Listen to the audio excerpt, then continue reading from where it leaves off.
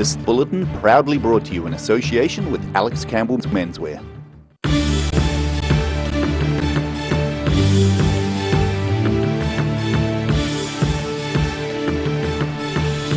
Tonight on The South Today, people who have lost jobs due to COVID-19 are among those learning to make tiny houses. New Zealanders will get a chance to explore Fiordland free of the congestion of overseas tourists this summer. And a huge lime tree on Dunedin's Otago Museum Reserve has been taken down as it's a safety hazard.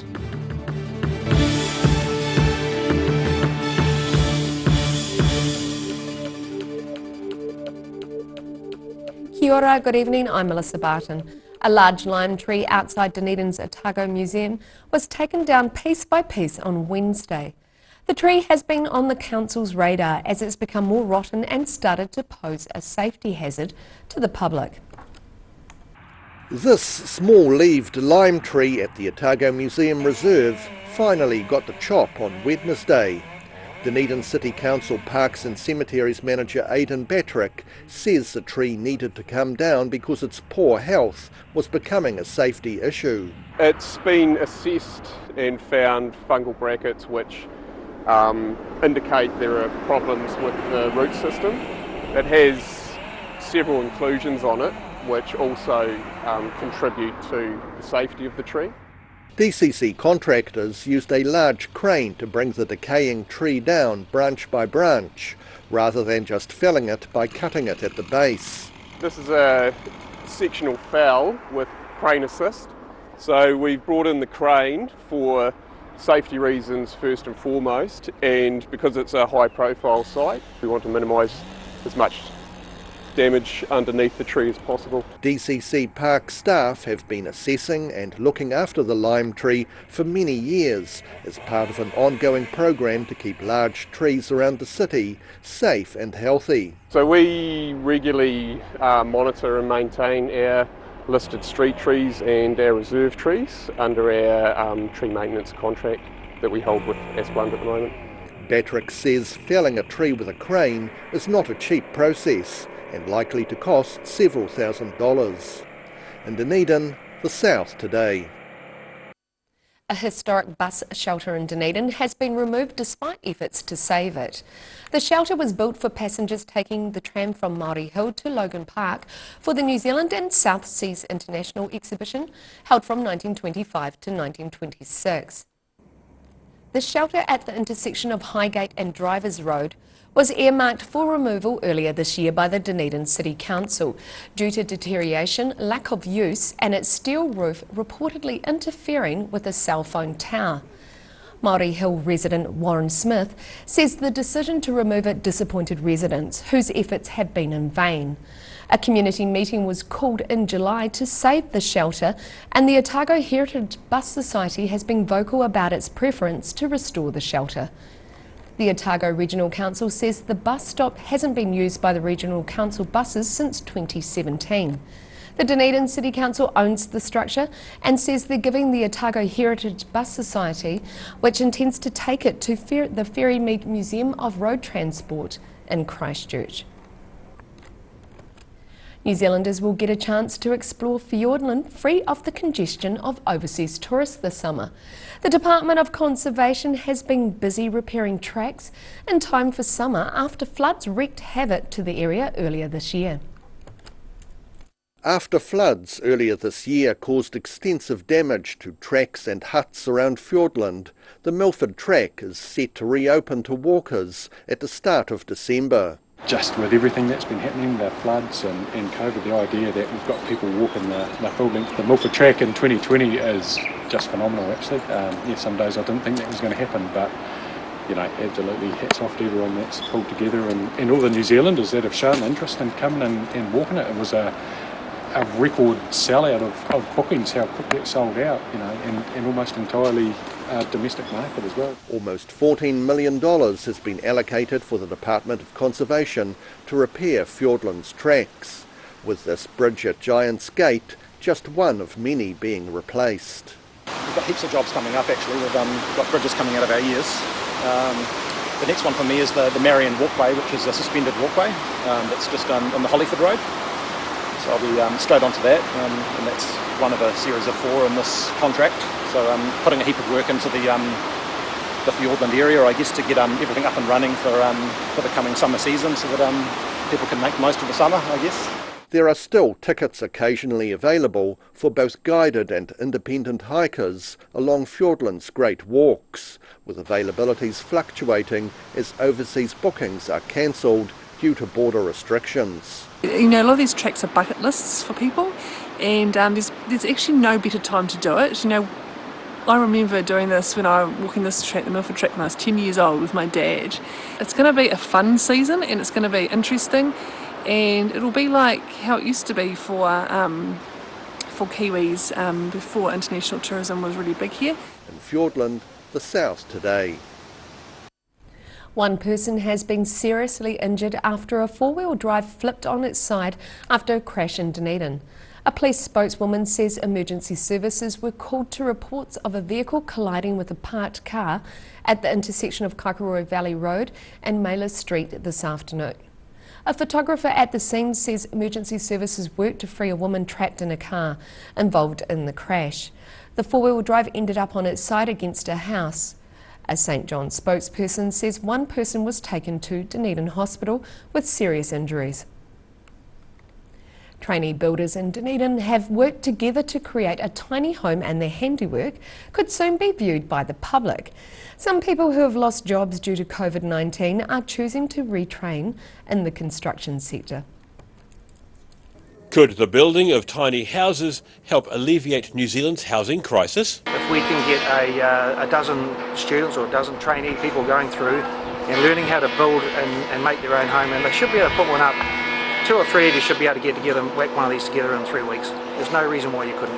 Dunedin Training Centre owner-operator Norman Roos is teaching a 13-week course where participants build a tiny house. Tiny houses are generally about 8 metres long, 3 metres wide and 3.5 metres high. They're usually portable, with some being built on roadworthy trailers. Tiny House Project is designed to give some skills to our people. So our original concept here was let's get a build that we can get some people through that is affordable and quick. The students work off a set of plans which they modify for their own needs. The first batch of students have completed the 13-week Level 3 course, and the results may well be displayed in hardware store car parks. Byron Murgatroyd was working as a commercial pilot in Queenstown until COVID-19 decimated tourism. He's part of the next group of students which have started work on their own tiny home, and Norman Roos expects to run the course 6 times over a year. Something like this is something that I could work at building my own house, you know. Like I say, I live in a 6-metre house plus already, and so just bringing it up a little bit and learning how to build this, as well as the skills, because in between this whole COVID thing, there's a lot of construction still happening in Wanaka, and this gives me a better opportunity to get a job after this course in the construction while I'm waiting for the aviation career to pick back up again. The Level 3 course gives people the tools to build their own homes, or to go on to apply for apprenticeships, or even gain entry-level employment. In Dunedin, the South Today. Still to come on the South Today, we have the second last chapter in a 10-part series on Dunedin's risk of a serious earthquake, and we have the latest edition of Global Insight for you with Bruce Munro and Professor Robert Patman. So see you after the break.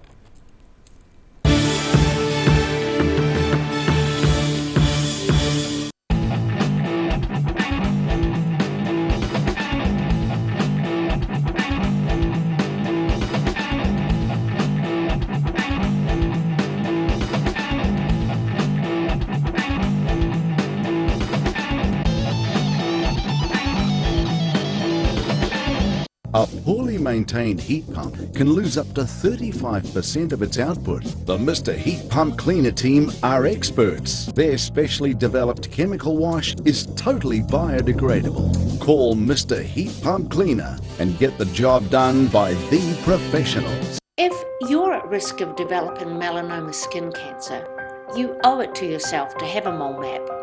Mole map is coming to your area. Phone today to make an appointment. It could save your life. Hi, Alec Campbell Menswear. We're back in George Street on the corner of Hanover Street. Come and check out our big store. It's a big space full of bargains. Now look at these shirts. There's shirts for everybody here. Look at these merino pullovers, stacks of moleskins, literally tons of trousers. Check out these big racks of sports jackets. Beautiful. Every reason, every season, we're proud to dress the region. Alex Campbell Menswear, it fits. So come and check out Alec Campbell Menswear. We're back on George Street in the old ANZ building.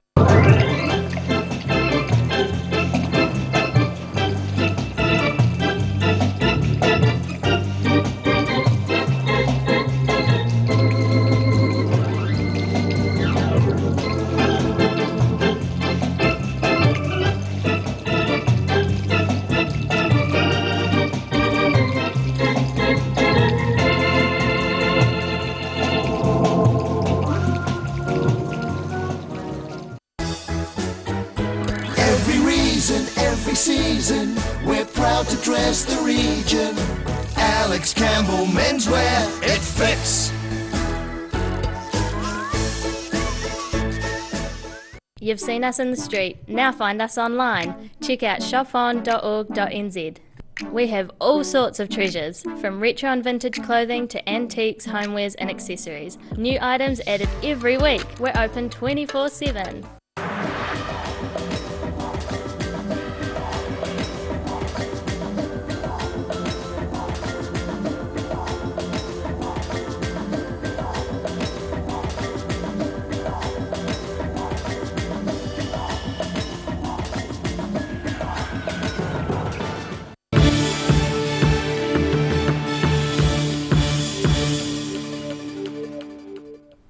Welcome back. Tonight we present the second last chapter in a 10-part series on Dunedin's risk of an earthquake, similar in magnitude to the ones which damaged Christchurch 10 years ago. This time we look at the pressure from building owners to demolish old buildings rather than retrofit them with earthquake strengthening. Dunedin residents should consider their city's older buildings under threat of damage from earthquakes triggered by movements of nearby fault lines, such as the Akatori Fault, which moved twice in recent times, once about 1,000 years ago and again about 700 years ago. And heritage advocates are worried that earthquake concerns will see old buildings being demolished as a cheaper alternative compared to earthquake strengthening. We can't use it as an excuse to knock down old buildings or our heritage. We have to, seek very good advice and engineers' reports and do the work properly and assess it properly. As a result, Heritage New Zealand have been active in discouraging owners from demolishing rather than strengthening their historic buildings. Often you'd get building owners saying, oh, I've got to pull it down, this building is unsafe, it's an earthquake risk. And I'd say, well, you'll have an engineer's report, of course. And they'd say, no, but this is gone and that's gone. Well, come and see me when you've got an engineer's report and let's talk about the future of the building. And often I didn't see them again. Right. Dunedin's Mayor Aaron Hawkins says some owners could be deliberately neglecting their buildings so they become unrepairable. Rather than having the buildings restored and earthquake strengthened, they've been demolished.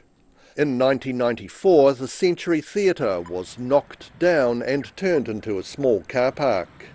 The Century Theatre is the go-to example that people point to, and that's more significant in that it was a corner site and was a huge loss to the city's streetscape.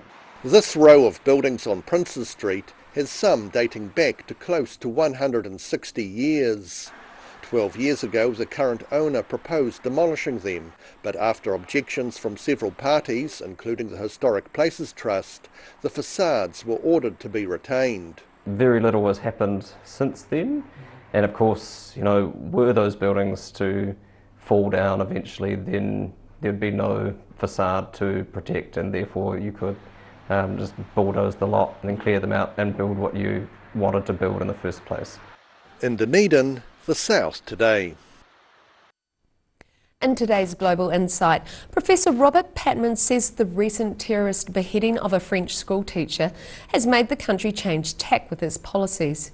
The University of Otago International Affairs specialist says France is prioritising weeding out Muslim extremism instead of pressuring Muslims to assimilate into French society. This week, in a terror attack in France, a schoolteacher was beheaded for having shown a caricature of the Muslim prophet Muhammad to his school pupils. Welcome, Robert. Good morning, Bruce. It was an horrific event in a country that seems to take quite a hard line on diversity in the name of protecting liberal democratic values. What is France doing right, and is it doing some things wrong? Big questions. France is a country of 67 million people. It's got 5 million Muslims. And this episode was not isolated. You may recall about 5 years ago there was the Charlie Hebdo episode. It's a satirical magazine which produced cartoons depicting the Prophet Muhammad, and that led to 12 people being massacred in an attack by Islamist extremists, and that in turn led to a confrontation within a matter of days, more loss of life. Since then, 240 French citizens have lost their lives in incidents involving Islamist extremism. Now, one thing I think our viewers have to appreciate is that secularism is deeply ingrained in France in a way that it's perhaps not in many other countries, and it's a cross-party issue. So for many French people, secularism comes before the ability to express yourself freely is more important than one's religion. And so this incident occurred. A history teacher, Samuel Paty, was stabbed and beheaded, decapitated outside his school by a Chechen, a person of Chechen origin, Abdullah Anzorov. And this has put enormous pressure now on President Macron to deal with this situation. And to put this issue in perspective, he's being opposed in 18 months' time at the next presidential election by Marine Le Pen, who is, if you like, an ultra-nationalist, and she's already indicated that she'll be looking to eliminate Islamism. So what is France doing right and what is France doing wrong in that context? I think it's very difficult to say what's right and wrong in that sense, but I think France has been trying to protect its secularism against what it sees as radical Islamists. It's got to be pointed out that there's 5 million Muslims, the vast majority of whom have been absolutely appalled by this sort of violent incident that we've just witnessed. Thank you, Robert. Thank you. And thank you for watching. Catch us next time on Global Insight. Te aroha, me te pono. And you can watch the full interview with Professor Patman online at odt.co.nz. After the break on The South today, Alexandra's BMX club opened its gates recently to welcome riders of all abilities to come along and have a go. And we see what tomorrow's weather has in store for you, so see you after the break.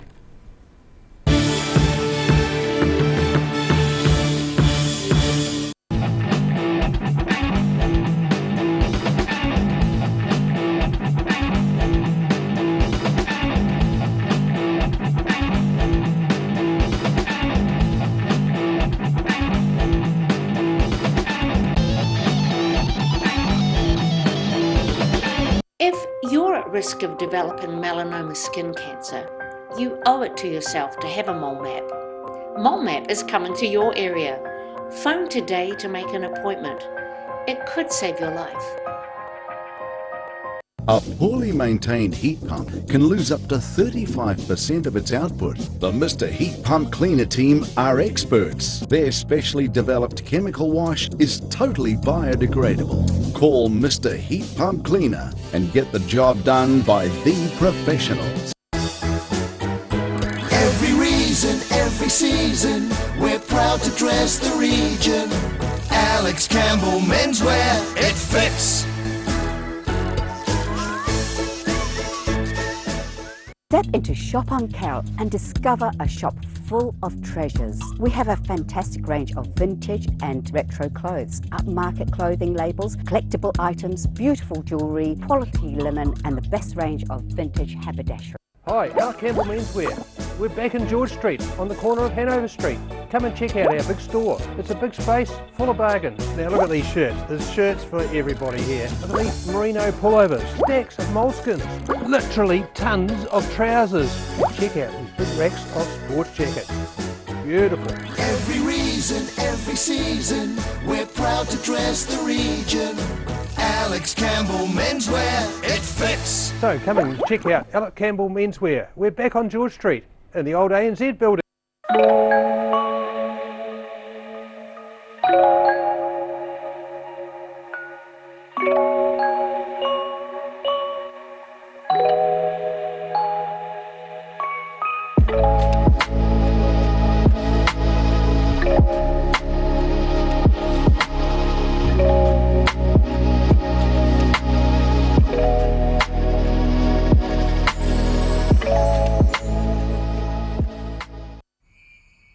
TV, our favourite babysitter, but it can be tough keeping up with what our tamariki are watching. Luckily, the Broadcasting Standards Authority has made some smart changes to the classification labels. Ooh! Plus changes to the time of day certain rated shows will air and awesome new parental lock features, meaning your babysitter's job is safe. Find out more at safeviewing.co.nz.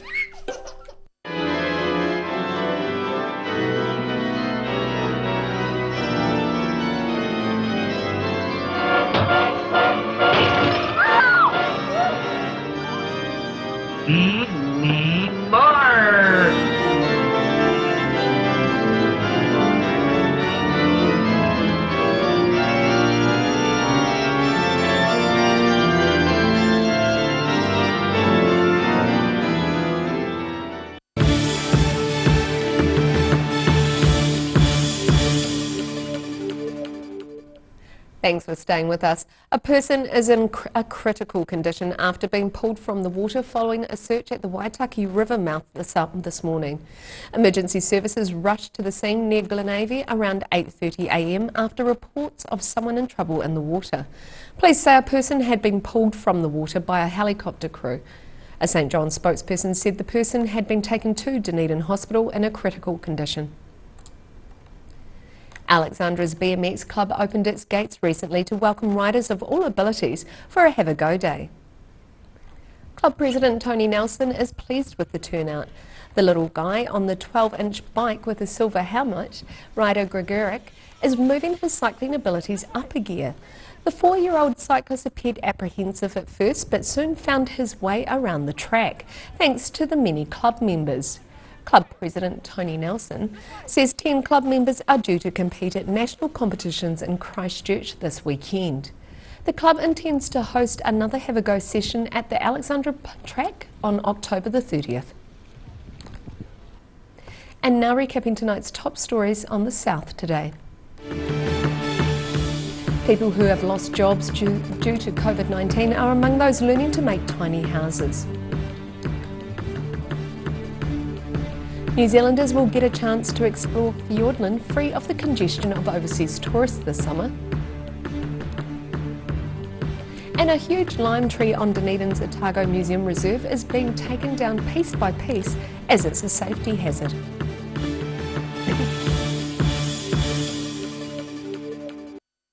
And now look at what's happening in tomorrow's ODT. Welcome Hayden Meikle. What have you got for us tomorrow?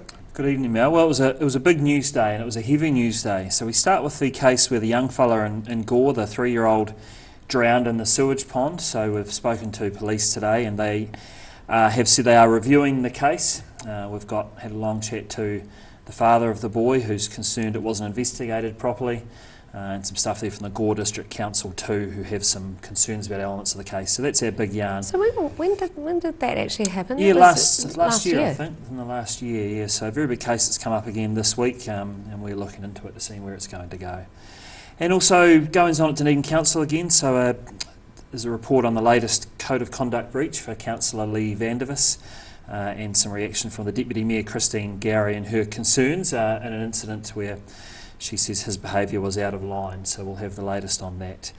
COVID-19, there's always something COVID-19. These ships obviously anchored off Dunedin have created a lot of interest this week, and we're following up with that. Yes, there was a crew member on that ship who had previously had COVID-19, but authorities are assuring Dunedin people there is absolutely nothing to be concerned about, so that's good to hear. That's always good to hear. Always good. And as we've seen this year, this incident at the mouth of the Waitaki River today, a real concern, a person in a critical condition. We've got to hopefully have a bit of a chat to a family member of that person to find out what's going on, and hopefully they recover. And on a much happier note, we had a story recently about the Green Island Rugby Club's defibrillator getting stolen, which of course was a pretty average piece of behaviour by somebody. Well, the good news is it's been returned. So thanks to the story in the ODT, it's come back, and the club is very, very happy about that. And that's where defibrillators should stay, of course. So. Well, hopefully they've learnt from that too. And so great, you can catch all of that and everything else in tomorrow's ODT. And now it's time for a look at the weather. Tonight's weather proudly brought to you by Mole Map. Starting with today's southern view, taken of Kauai and Bloom in North Dunedin. Looking at the situation, it's fine and warm for a few days, but a cold front moves across the region, bringing rain with cold southerly winds by Sunday night, easing slowly on Monday. Starting off with the northwest of the South Island, expect partial cloud and 17 degrees in Greymouth, and it's going to be mostly sunny and 16 degrees in Westport. To the northeast, mostly sunny with 22 degrees in Blenheim and 21 in Nelson.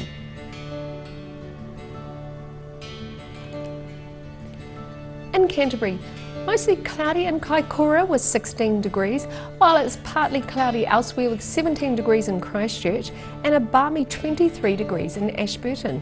Summer looks like it's on its way. To the southern towns, light northeasterlies with some cloud and 17 degrees in the Catlins, light northerlies with high cloud and 20 degrees in Balclutha, Lumsden and Gore.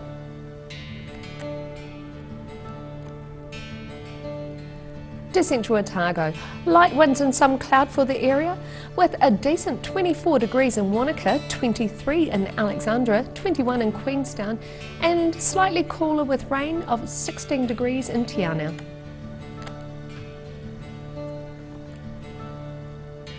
To the northern towns, light northeasterlies with some cloud on the coast, 20 degrees in Timaru and 19 in Oamaru. Inland, light winds, some cloud and 22 degrees in Twizel and 23 for Omarama.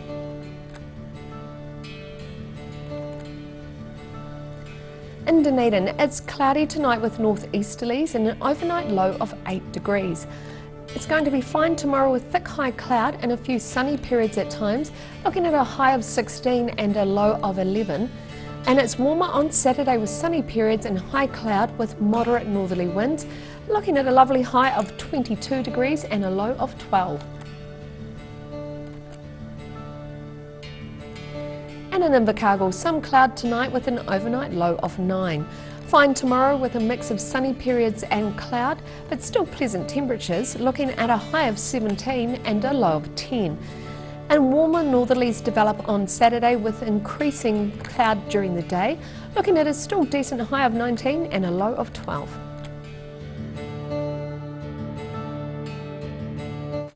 And that's all from the South Today team for this Thursday. For the latest news from across the southern region, go to odt.co.nz and follow Channel 39 on YouTube and Facebook. Have a great evening. Ka kite anō.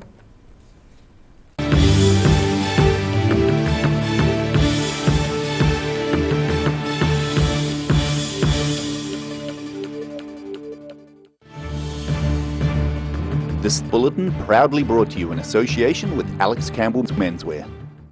Supporting local content so you can see more of New Zealand on air.